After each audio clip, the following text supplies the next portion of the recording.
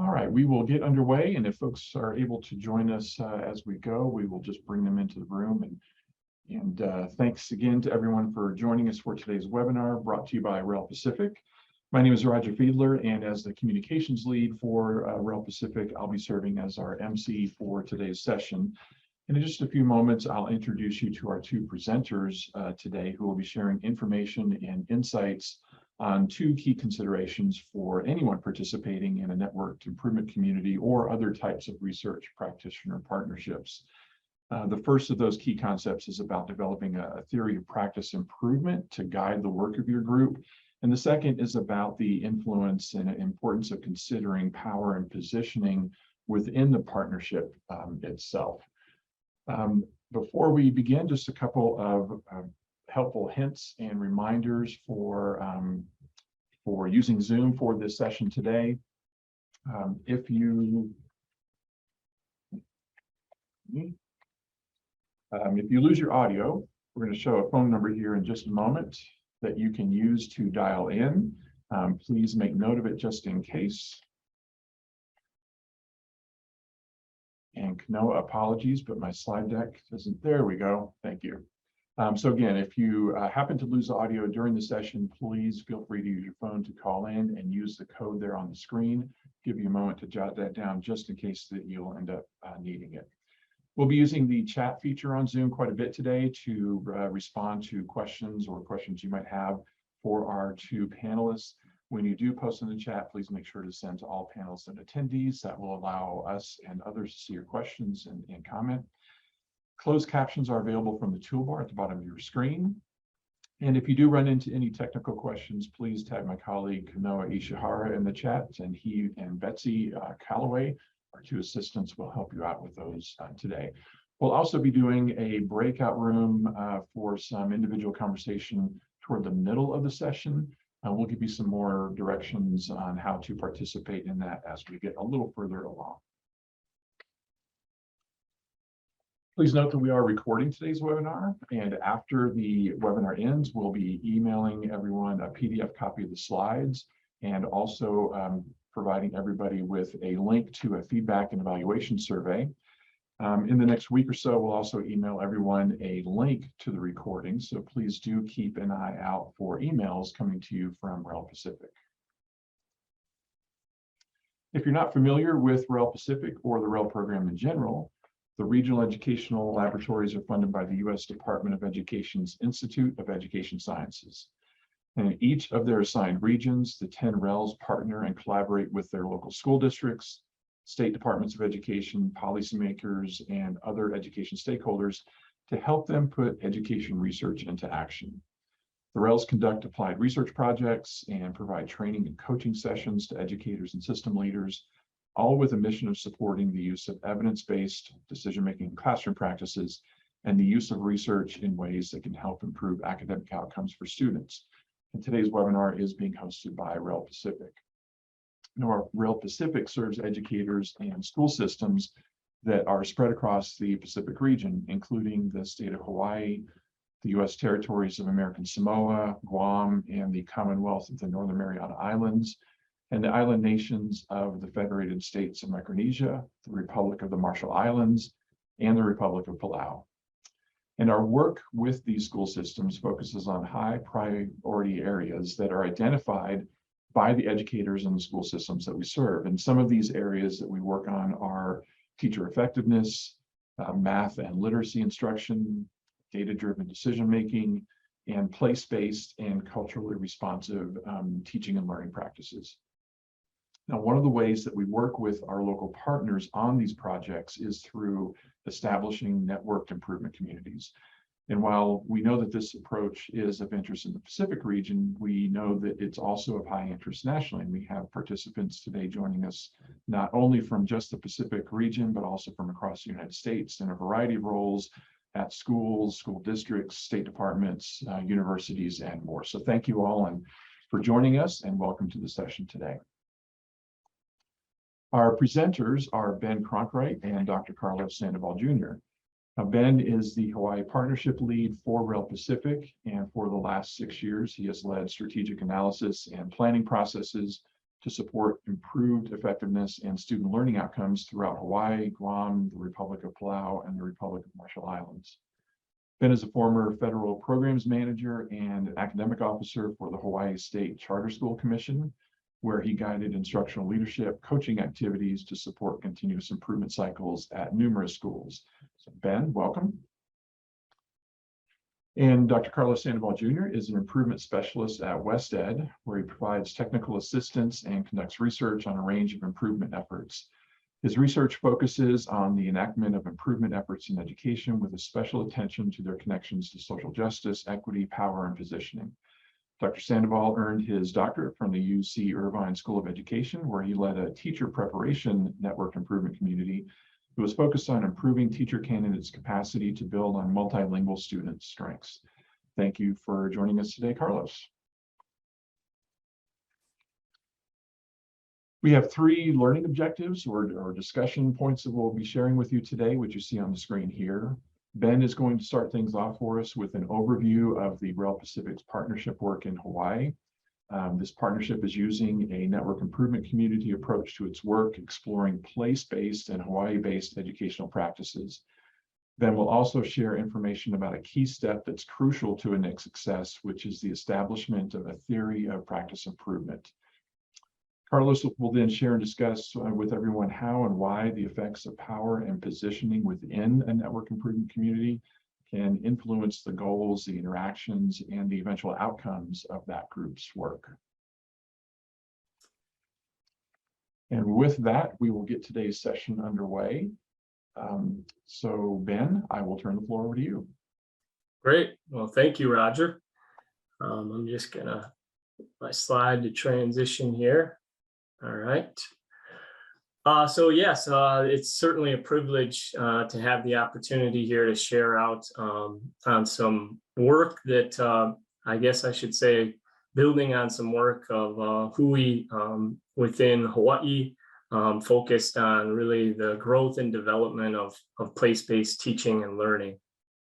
And so you'll see here, it's termed the Hui for all to benefit from Hawaiian education.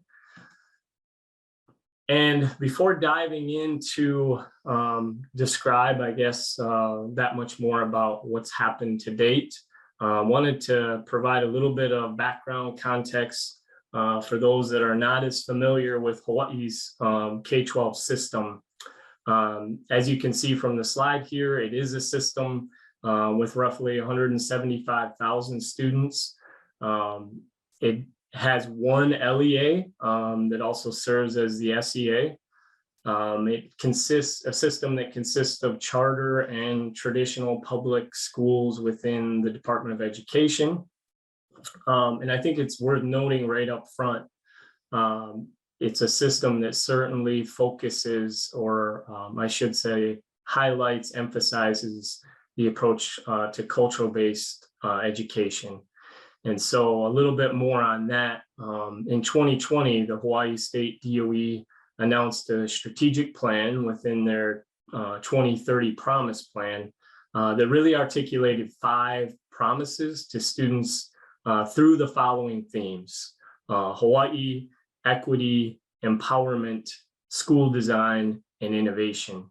And this strategic plan's promise of Hawaii is, as it was termed, was grounded or is grounded in the Naha Opena A'o, often referred to within Hawaii as the HA framework.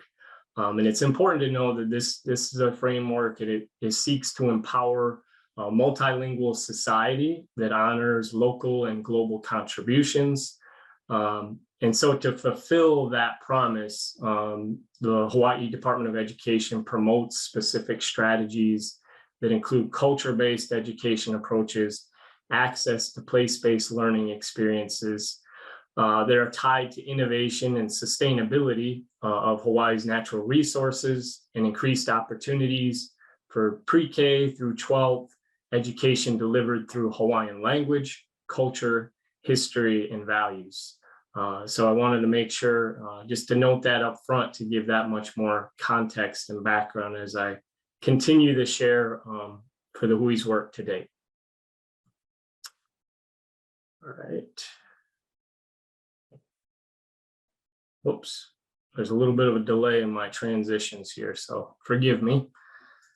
So just an overview of the WHOI's goals and activities. It is a REL Pacific partnership, as Roger noted, that is situated within Hawaii's network of public charter schools. And with that, I would highlight, with that being the case, there are certainly other partnering entities that have helped encourage engagement in this work. I would lift up the partnership with Kamehameha Schools and its relationship with 4 of the Hawaiian focused charter schools that are part of this WHOI. And I would also lift up the Hawaii Charter School Network as a supporting entity that's been a big part of cultivating engagement around this work that the WHOI is seeking to achieve. The other thing I would lift up is this idea of building on a collective knowledge base around place-based education, project-based learning, AINA-based education models there in Hawaii. So really the goal area, as Roger noted, it's really seeking to develop networked learning among the charter school teams to engage in continuous improvement that's all about building up evidence that would indeed spread and scale instructional models that are, again, focused on that cultural-based education approach. All right, and then wanted to give just a little bit of background in terms of the emerging network improvement community that I will be speaking more to. As noted, this work has really looked to come alongside of existing work within 5 public charter school communities within the state. And so since 2016, and I would argue even before that, charter school communities across Hawaii have recognized the potential to fulfill the potential of place-based education to fulfill that promise of education grounded in the HA framework that I noted earlier.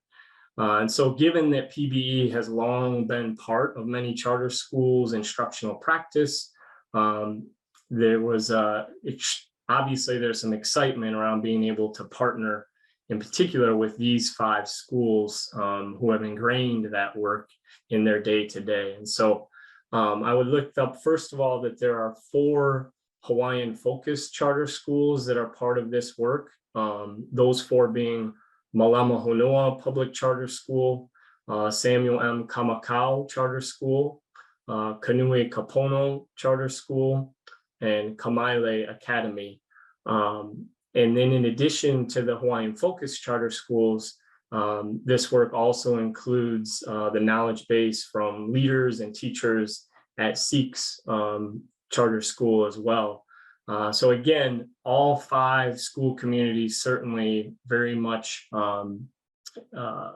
developed a knowledge base, a skill set within their teaching and learning model that is focused on place-based and project-based learning opportunities for students. So with that, let me just transition here.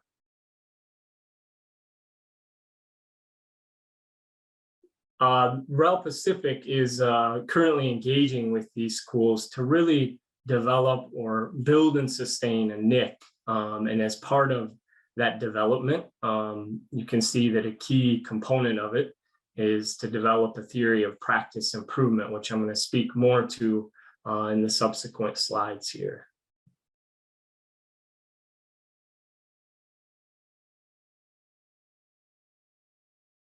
So as you can see from this particular slide, there are 5 core components in establishing a viable NIC. The first one being developing a theory of practice improvement, which is the one we'll focus on most today. 2, building a measurement and analytics infrastructure.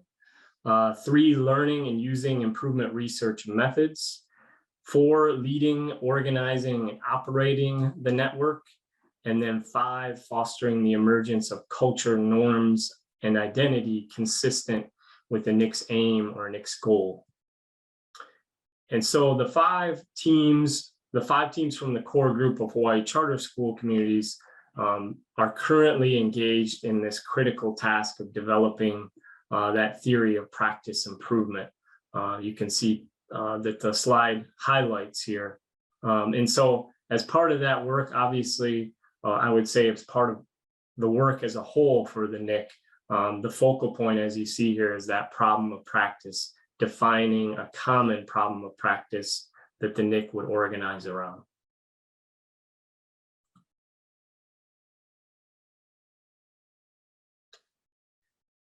Within this next slide, you can see in terms of that theory of practice improvement, where it situates itself within really that networked improvement journey.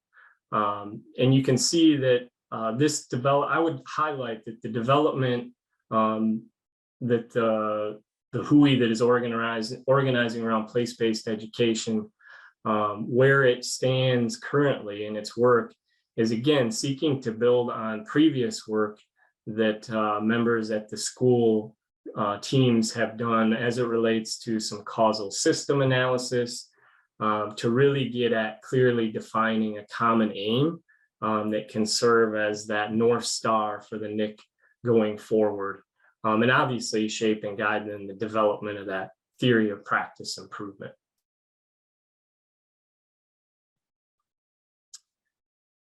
This next slide you can see gets into, okay, so what's the purpose of the theory of practice improvement?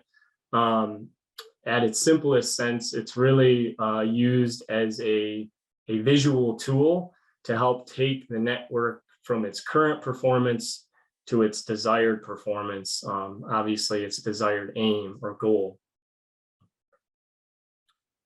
And so just a few key features to highlight in terms of, again, why does the NIC need a theory of practice improvement?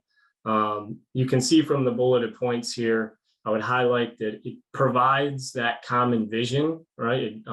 Which is obviously very important when you're working across, in this case, 5 very unique school communities that have their own value systems and obviously challenges that they're looking to problem solve. And so being able to define something that provides that common vision across the NIC is extremely important. The other thing is that the theory of practice improvement provides some discipline to help focus collective efforts in a meaningful way, as you can see, to help see those important parts of the system. And I would also say that the theory of practice improvement helps display when system changes are made, so that the members as a whole have a strong understanding of just how much systems influence some of the change ideas that have been developed by the NIC, and for that matter, tweaks along the way that need to happen with their system. And then finally, the other point that I would highlight here in terms of the why behind the theory of practice improvement is that it is indeed a theory, which is great because then it sets itself up to be tested and refined continuously. That's something that obviously being able to test and refine over multiple contexts. In the case of this particular HUI, through 5 different school communities, it really gives the NIC a chance to learn quickly about the implementation of the practices that the NIC is looking to spread and scale.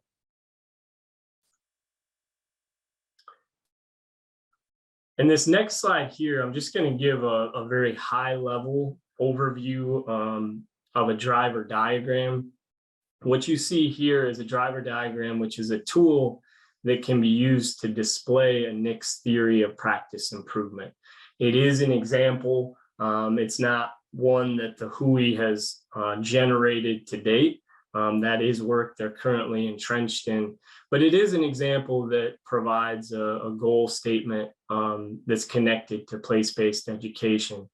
And I would just highlight the diagrams like the example shown here really are about representing the team's working theory of change, or the idea about what strategies and system drivers are most likely to support engineering conditions that would promote the NIC's ability to achieve that aim or that goal that's highlighted. So you'll see here the term primary drivers. These are key levers in the system that the NIC identifies as critical to helping engineer conditions that would help them get to the aim. And then you can see that some of the change ideas that this particular NIC developed. These are more detailed, activities, strategies that this particular NIC had put forward as changes in the system that would help get to that desired outcome. But I think the main thing I wanted to highlight within this slide is that really this working theory of improvement provides a visual that then the NIC can reflect on. It sets up the NIC to do some PDSA cycles, which we'll speak more to in subsequent webinars. But it gives a chance for the NIC to really reflect on outcomes from those PDSA cycles, to then make changes in real time to their systems that obviously promote scaling their practices reliably across multiple contexts. So with that, I'm going to just pause if there's any questions before I hand things over to the co-presenter, Dr. Sandoval.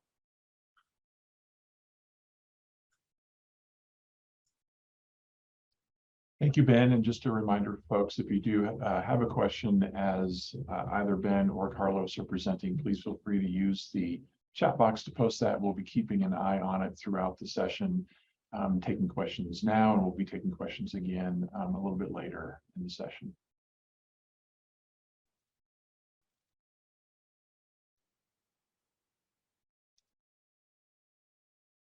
So Carlos, let's hand things off to you and have you go through a little bit more about network improvement communities and the role of power and positioning. Sounds great. Okay, sorry, I just had to click through a few things here. All right, hello everyone. My name is Carlos Sandoval. I'm an improvement specialist at WestEd. I'm also a lecturer at Cal State Fullerton, and I wanted to build on the conversation that Ben has started here on networked improvement science, networked improvement communities, and a theory of practice of improvement by talking about power and positioning in these efforts. Roger mentioned this earlier, but just as a precaution, I'll have you all in a few minutes talk in breakout rooms with each other in case you need any preparation for that. But I just thought I'd give you all a heads up. So over 10 years ago now, as many might know, the Carnegie Foundation for the Advancement of Teaching introduced the term and this social organization of a networked improvement community to the field of education. And since that time, we've seen this work taken up in several ways on several problems of practice. For example, the Carnegie Math Pathways NIC, now at WestEd, emerged as a way to address the abysmal success rates of students in community college developmental mathematics. And it's been eminently successful at redressing some of those failures. The Building of Teaching Effectiveness Network was a network that sought to improve the retention of new teachers by improving the reliability and quality of feedback that they received from administrators. Baltimore City Public Schools launched a NIC to address literacy rates for Black children in their schools. The Charles Butt Foundation has been running two teacher preparation NICs on improving the quality of pre-service teacher preparation in Texas. iLead has emerged as a network focused on improving the quality of leadership preparation, and on and on and on and on. But I might have clicked twice. No, I think it was all right. But despite all of that promise, I really want to kind of organize the rest of our conversation here around one big question, which is how this work gets done. How exactly do these improvement networks get launched? How is it that people from disparate institutions playing different roles in the system with different orientations, different dispositions, values, expertise, how do those people from all of these different backgrounds identify a shared problem and aim that they all want to work on? And importantly, how do the relational dynamics in the form of power and positioning get organized and come to shape what our network becomes? How are the people interacting with one another, and how do those interactions shape what our network will focus These are big questions that I think are not just important for like understanding what NICs are, but to build the capacity of our field to engage in this work. So much of the research and documentation on NICs tells us what NICs should be, but I think practitioners and aspiring practitioners of improvement really want to know, how does this work happen? I'm going to talk about all three of these questions today at some point, but really focus on this last one to show you how power and positioning come to be produced when doing this work, and how very commonplace, seemingly mundane improvement practices are actually kind of complicated and laden with power and differential positioning. So I thought I would engage you all in a little exercise here to start our conversation around positioning and power. I have an aim statement I created for this activity in line with some of the principles of aim statements that Ben had articulated earlier. And I have a set of questions I'd love for you all to think about as we go through the aim statement. I'll read the aim statement now. It says, increase the number of Black and Indigenous students who are proficient in math by grade 10 from 20% to 50% by 2025. And so I'm going to set a timer for about 3 minutes here. I would love for you all to do some private thinking and jotting down around these 4 questions. 1, whose perspective is brought to the center? 2, whose perspective is pushed to the margins? 3, what values are being honored? And 4, what values are being pushed to the periphery? So I'm going to give you all 3 minutes to really look at this aim statement, grapple with it. And I want you all to do a little bit of private thinking. I'm going to set a timer and I'll tell you all when to come back.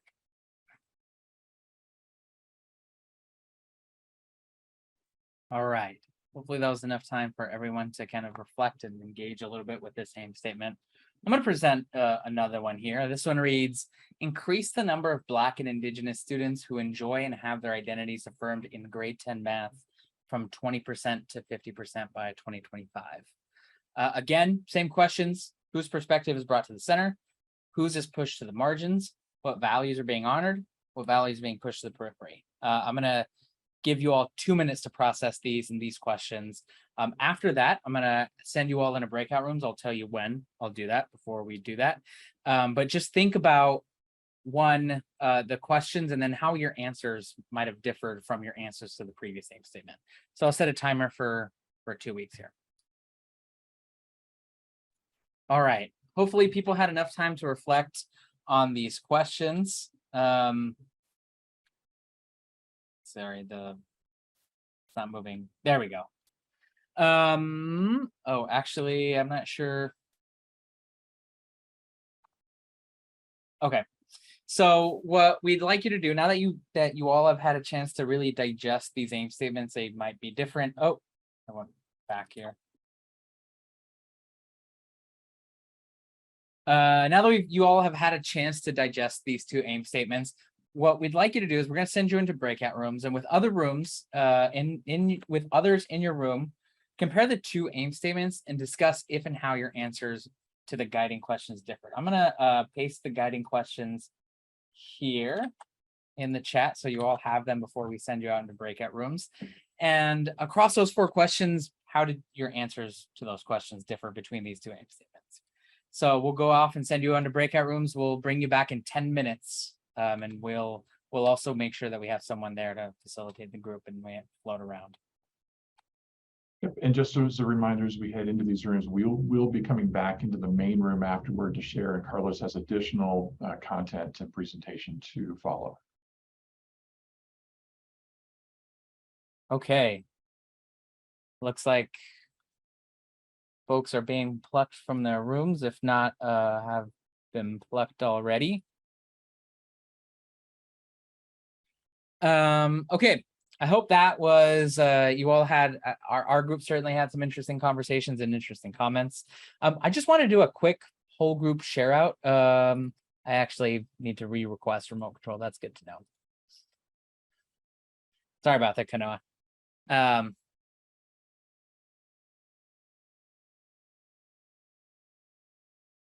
There we go. Okay. So what I'd like to do is just have people share out 1 to 2 key themes that emerge from everyone's conversation. What are some big takeaways or, common thinking that was sort of surfacing? You can either raise your hand or type in the chat, however you'd like to engage with us.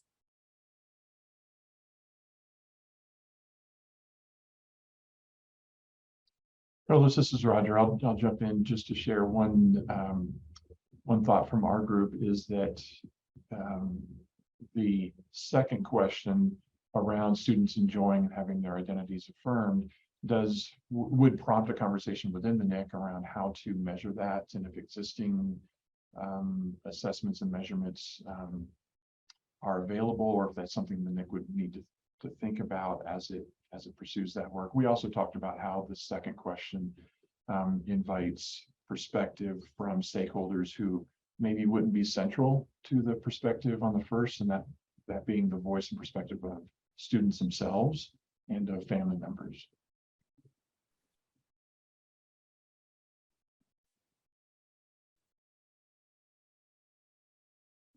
That's great. I'll share from our group. Had heard a lot of sort of similar about some people sort of being someone framed it. I think a couple of folks framed it as the needs of the educational system and the needs of students as an interesting framing. I also thought there was an interesting conversation and something that I think about, but did not sort of was not front of mind as I put together these two different aim statements, is the tension in trying to measure things like this, and the tension in trying to quantify, not just passing a math class, but what does it mean to have identities affirmed? I think that's certainly a question that I think about all the time. I think that you all know that there are diverse ways of engaging in quantitative thinking and reasoning. And also that there's a long history of using measurement and assessment as a way to monitor, hold accountable, control Black and Brown and other marginalized communities. I think there's a long history of that. And so how do we, I think a good question is, how do we reframe some of these things, or how do we leverage measurement in a way that enables us to actually have agency as a way to sort of get us out of that control? I see Pua mentioned, in what ways might we engage Indigenous ways of knowing and being such that there isn't tension when aligning the desires of educational system with marginalized learners? Yeah, the fact that you could break out these two aim statements and have them be completely different things is certainly something worth bringing out. Any other comments from the group's conversations?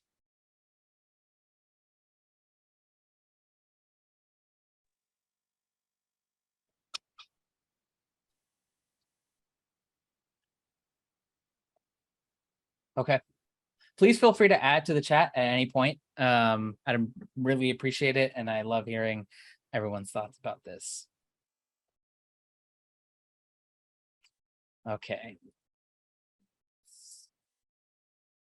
All right, so thank you all for engaging in that activity. The headline that I wanted to pull out here is that the artifacts that we are generating as part of our improvement work dramatically shape how the work unfolds. And we saw that in some of our conversation, right? The idea of measuring some of these things is going to dramatically shape how our work unfolds, how we view measurement, how we use measurement, what it is that we're attending to, if we're attending to the needs of the educational system and the needs of marginalized learners, so on and so forth. The idea here is that those artifacts, aim statements, driver diagrams, problem statements, they're not politically neutral, value-free artifacts, right? By design, they are stakes in the ground about what we care about, what we value, whose experiences matter, and what we want our educational systems to be and look like. In improvement work, there's a tendency to focus on outcomes that our existing educational systems already prioritize, as some folks have mentioned. And the point of this is to highlight that you can do this work in ways that imagine different and new futures for our schools.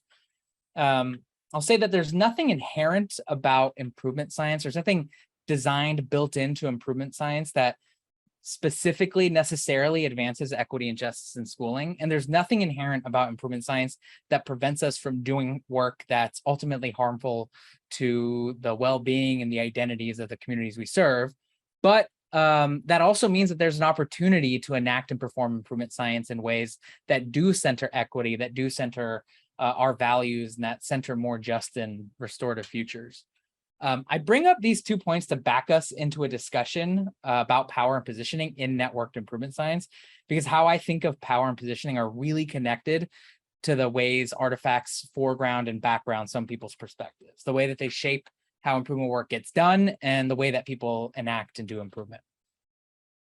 So I'm going to get a little theoretical about what I think power and positioning is, and then bring that back to how that matters for the everyday work of networked improvement science. So I define power as practices that shape other people's practices, actions that shape other people's actions. We often talk about power as like a currency where some people have more power and others have less. The standard definition of power is I have power and then I give you power. I consolidate power. I can distribute it. It can be distributed to or held from me, and on and on and on. But I really think about power as action, the ability to act, and the ability to act in ways that shape how and influence how other people act. For example, right now I am producing power as a presenter. I'm talking and providing you with prompts and having you all talk to one another. My practice of presenting is shaping what you're all doing right now. You're listening or taking notes or maybe multitasking, but how I present is shaping what you're doing. In turn, what you're doing is shaping what I'm doing. How you're responding to what I'm presenting is shaping my presentation practice, whether it's enabling me to continue as planned, make adjustments, talk louder if it seems like people can't hear me.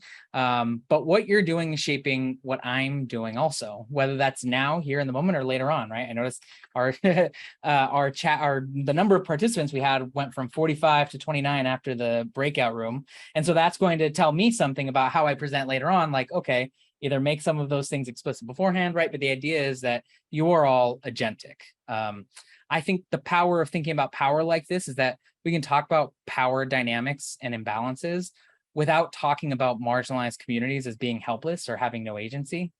They resist, they subvert systems and processes, and they also can produce power, right? And so I just want to highlight that this is why I think about power in this way, to kind of get away from this idea that in Chicano culture, it's like the idea of a pobrecito, that someone cannot be, that someone has just no agency and is completely helpless. That's not true. And relatedly, positioning I define as sort of where people are located in relation to one another, where they're located in ways that enable them to engage in practices that shape other people's practices. Right now, again, I'm positioned as a presenter. If we were in a physical room together, I may be literally positioned at the front, but by being the presenter, even in a virtual setting, I'm still positioned to shape the discourse and the conversation. I'm positioned to engage you all in these private thinking sprints here, to have you all share out, to have you all talk to one another, right? My positioning enables me to shape what you're doing and position you in particular ways as a participant. And you're also doing some positioning yourselves also, right? Either by listening, following along graciously with some of my prompts and activities, maybe even offering pushback in the breakout rooms or even in the chat later on. But that's sort of what how I think about positioning. So I connect this way of thinking about power and positioning to networked improvement science. And the activity we did before around improvement science, one of the big takeaways I hope you all got from it is that these materials, like a theory of improvement, shape what it is that people are going to do. That an aim statement and its accompanying driver diagram come to constrain and enable how people participate in a particular NIC. If I had an aim statement focused on the affirmation of Black students and Indigenous students' identities in a math classroom, someone who took a more critical, justice-focused stance on racial identity might be more enabled and better positioned to participate and meaningfully shape the work. If, on the other hand, the aim was more focused on Black and Indigenous students' mathematical proficiency, those same folks may not be as well positioned at the center and able to shape the work, and someone else might be better and positioned to shape the work. So the materials we're using, I think, are central organizing documents, especially a theory of practice improvement is a central organizing document that disciplines all of our improvement work and produces power and positions people in particular ways. But people are agentic, like I said, and they too are producing power by shaping what the aim of the network is, what the theory of practice improvement is. It may be even pushing back, right? Someone who comes in later on and sort of says, well, why doesn't this center the experiences of our Black and Indigenous students? They may sort of exercise their agency in that way. And in that process, some people are better positioned to shape others' actions. Some people are better positioned to say, here's what the aim is going to be. Here's what our driver diagram is going to look like. There may be a sort of array of social interactions, arrangements where some people get to shape the work more than others. For example, we may start with a team that's tasked with initiating a networked improvement community, and they might look at data to help them construct a theory of improvement. We may have the same team that instead talks with practitioners extensively, hearing about their experiences on the ground, consulting them to construct a theory of improvement. Or a team might decide to talk with students and hear about their experiences and consult them to construct a theory of improvement, or any combination of these three, or others, right? Like parents, families, communities. The point that I want to highlight here is that how you construct an aim statement is positioning some people at the center. If we just looked at data, we're positioning at the center the perspectives of those who value that data or those who are responsible for putting that data together in the first place. That data and the people who conceptualize it are then in that situation producing power by shaping our improvement work through the constructing of a theory of practice improvement, through the construction of a driver diagram. If we did this with students, with communities, we're positioning them and their perspectives and their values at the center, and they're shaping our work of constructing a theory of improvement. And in turn, that theory of improvement is then shaping the work of those who are participating in the network.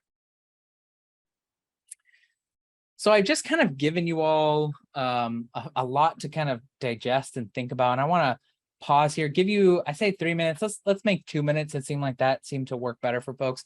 2 minutes to just privately reflect, write, and sort of share in the chat if you feel so inclined. I hope you do.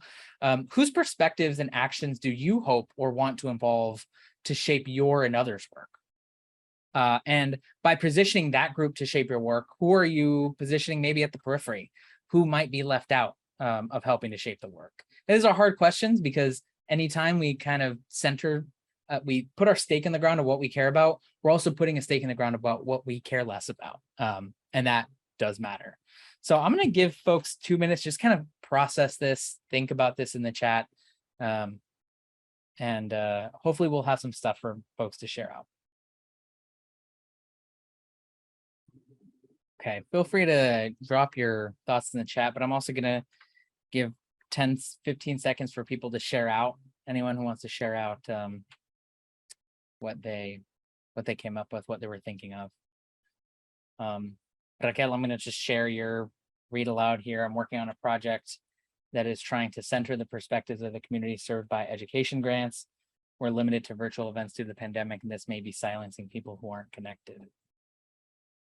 I think one of the hard parts of doing work in ways that is equitable and just is that the folks that we need to hear from are often exist outside our networks, that we're just a couple of sort of connections removed from some of those folks that we can have access to can kind of come to the center. So I appreciate you bringing that up.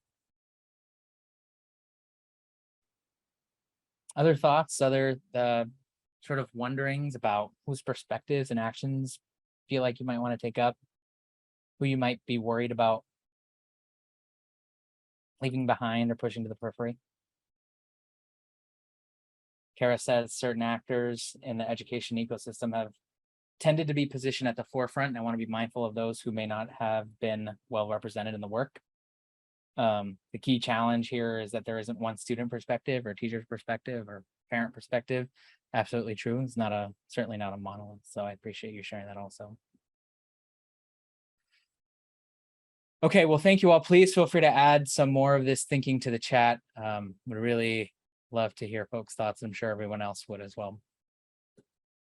Oops.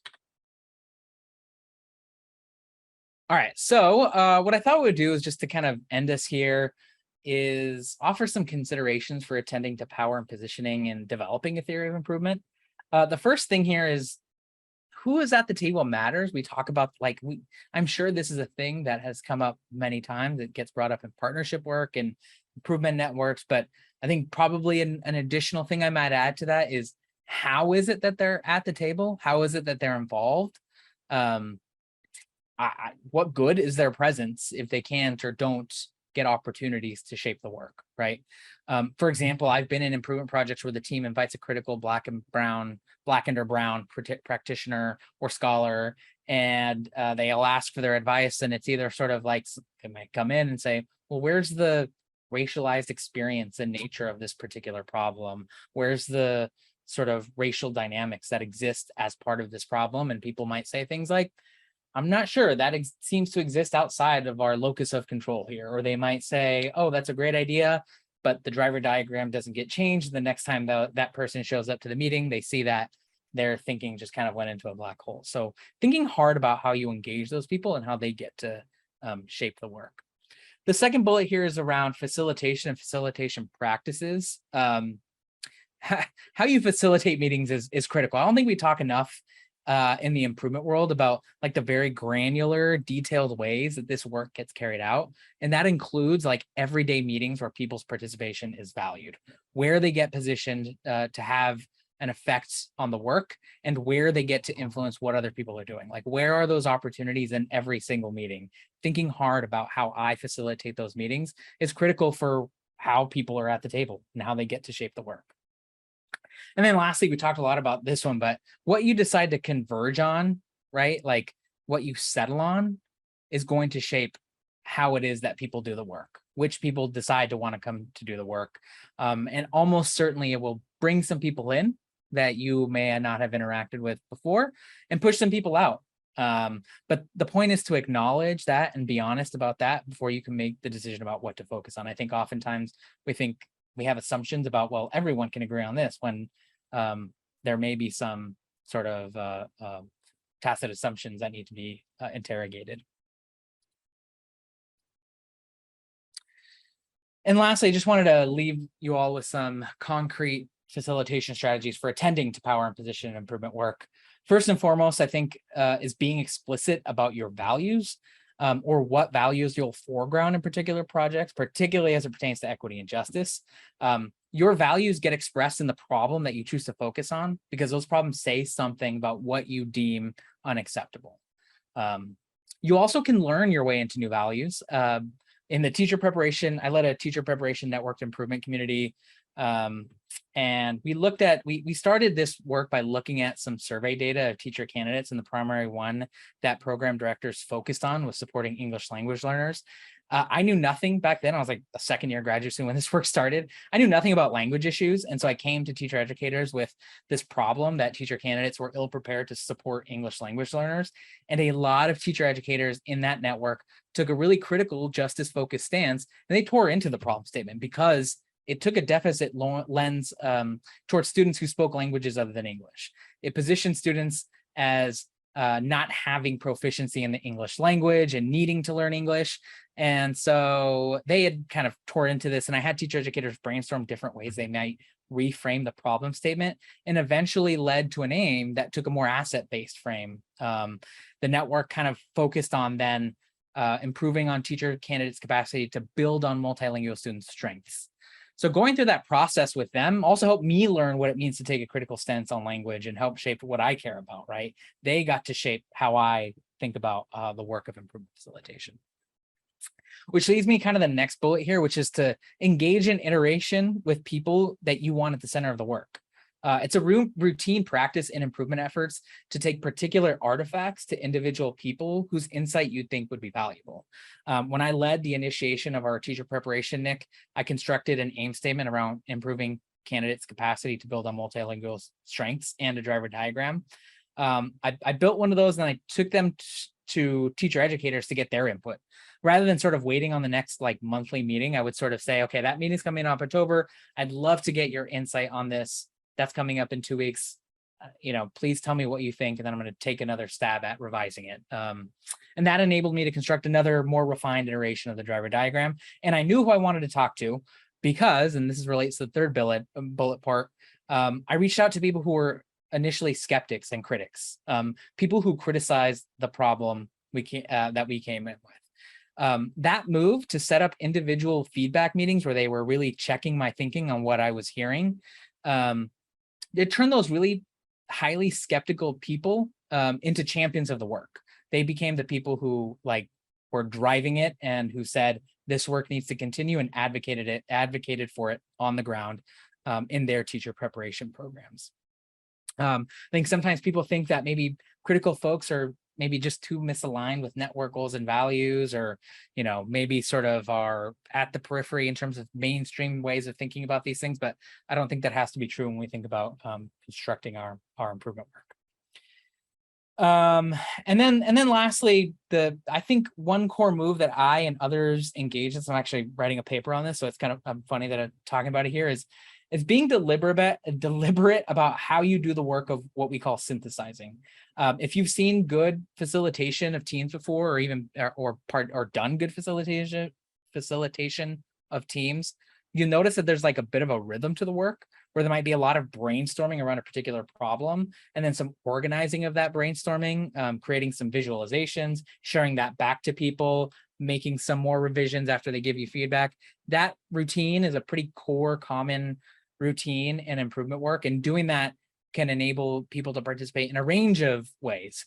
It could also, if done poorly or done inequitably or done in ways that you are not engaging people the right way or the right people, it can be done in ways that are harmful. But that core routine, being very explicit about what that is and what you're doing, can be super powerful. But the overarching point here across all of these is to facilitate work in ways that enable you to be explicit about your values and the values of others, and to enable people to participate in the shaping of the improvement work, which happens through a theory of practice of improvement. We ought to be thinking about the everyday, mundane actions that we take as we construct and conceptualize our improvement work. All right, so thank you all. I'm happy to hear questions for either Ben or I think at this point. Yes, thank you, Carlos, and thank you, Ben. So as Carlos mentioned, let's take some time now for questions. If you do have a question, feel free to post it in the chat now, and we'll keep an eye on that. In the meantime, Carlos, I did have a question maybe to kick things off, and that is, as a network improvement community is getting its work underway, and as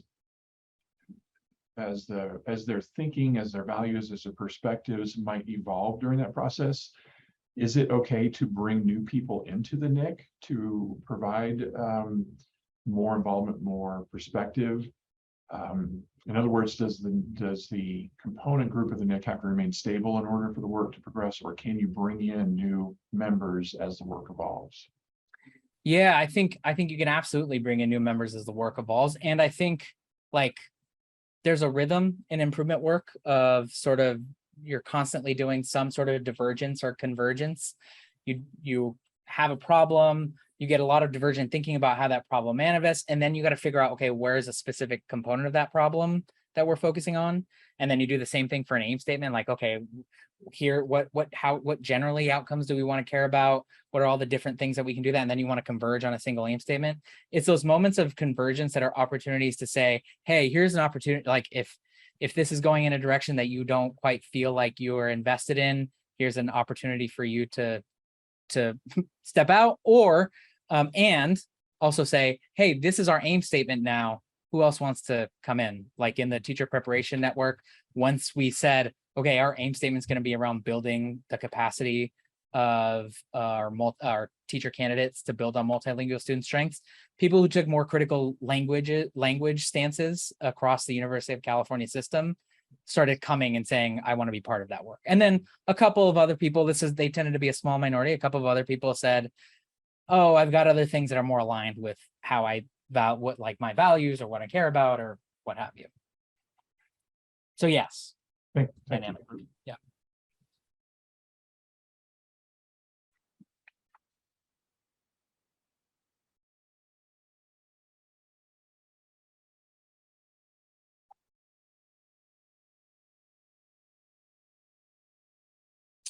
See, Jeffrey said, could you share some of the literature that would be important for us to review to better understand some of the theoretical or practical considerations when considering how to support power and positioning in research practice partnerships? Yeah, there's I think one of the this came out. It's a monster handbook. I'm just gonna pull it out here. It's called the Foundational Handbook of Improvement Research in Education. This came out this year, a couple months ago, I think. And they think about improvement research pretty broadly and includes a lot of different arrangements of that, things that people would consider research practice partnerships. There's a lot of really great, they had a real emphasis on really centering power, positioning, equity, justice in a lot of these chapters. I highly recommend it. Happy to dig up the link right now. That's probably the first one that comes to mind. And there's so many, but that's the first one. It's most exhaustive.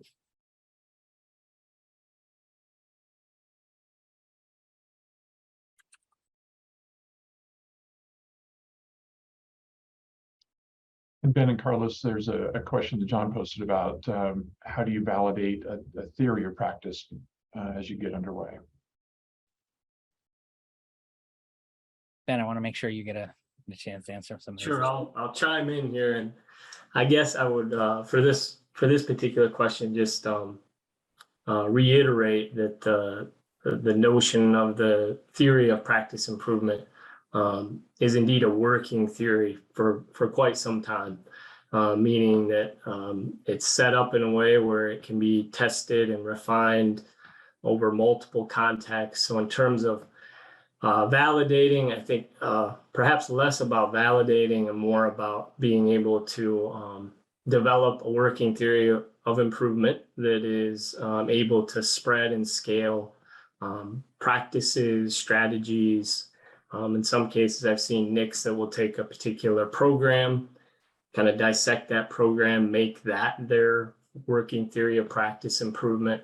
But it's all about being able to test, refine, and see it work in multiple contexts. So it's a great question, though, because I think, in some ways we're conditioned to go to that validation term when we think of what works out there. So, but the whole idea is to build evidence around it, and that can only come from testing and refining. So. Thank you, Ben. Ben and Carlos, Jean had a question new to improvement science and wondering about how the field of improvement science might differ from field of evaluation with regard to education. Could you speak about the role of both improvement science and evaluation, commonalities and differences that might have? Sure, I'll answer this one. I think the arrangements, I think one of the key differences is where people are positioned. Evaluators are typically, not always, sort of positioned on the outside to assess whether a program has been. Now I will say there's a range of different modes of evaluation. We have summative evaluation, formative evaluation, and I think a type of evaluation that's actually a very close cousin of improvement science is developmental evaluation. Developmental evaluation is much more about trying to understand how a program, an effort, an initiative is generating some evidence about how it's going to enable them to improve. And it's typically on I think a smaller scale. I'm not super familiar with developmental evaluation, but that's my understanding of it. I think that also improvement can often be driven by people who are internal almost exclusively. Doesn't always have to be that way, but often it is, right? I can have an improvement team of practitioners at a particular school where we're engaged in evaluation, little e evaluation, where we're collecting some data on our system and how we're performing and looking at that data together, testing some stuff out, and seeing whether it works, and then figuring out what things worked and how we get them to become standard practice, standard process. So yeah, that's how I'd characterize the difference between evaluation, capital E, and improvement. There's a couple of other, I'm sure Ben and others have some thoughts. Yeah, no, I would just piggyback on Carlos's explanation, just and highlight the rapid nature of cycles of evaluation that support improvement science work. So just thinking about, once the teams have developed a working theory of improvement, and they have brought forward, in some cases, practices that are complete changes in the system, or maybe it's looking to optimize practices that are already out there. They're all centered around these rapid cycles of evaluation, PDSA cycles, right, to learn quickly about how they're operating in the system, to really help the team reflect then on what the team may need to do in terms of system changes to promote that practice to work more effectively in their system. So, but I would just, I guess, reiterate the same thing Carlos did in terms of developmental evaluation being, I guess, the closest I can think of in terms of its connection with improvement science.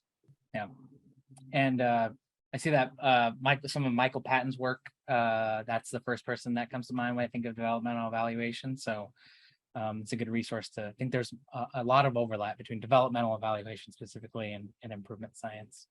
And there's also a bit of an answerability, right? Like, to whom is the project answerable? In the improvement project, in an improvement project, you may be more answerable to the communities that you're serving. And in evaluation, you may be more answerable to people who are funding the work and other accountability structures, but not necessarily, it's not always the case.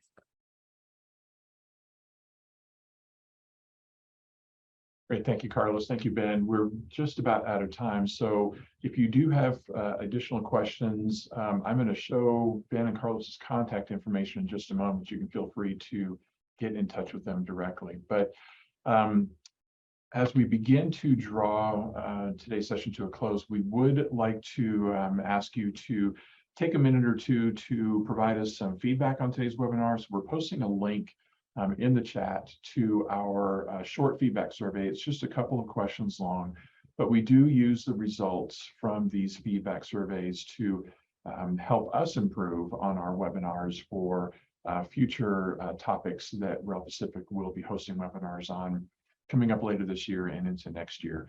If you can't provide feedback right now, don't worry. We will also include a link to this same survey in the webinar that we send all participants following the conclusion of today's webinar.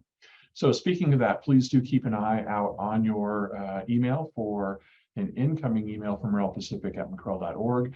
We'll be sending that survey link I mentioned. We'll also be sending you a PDF copy of the slide deck, and when the recording video is ready, we'll be sending that too. That generally takes a little bit longer for us to pull that recording together, so that might be a second email that comes out a week or two following the survey link and the PDF.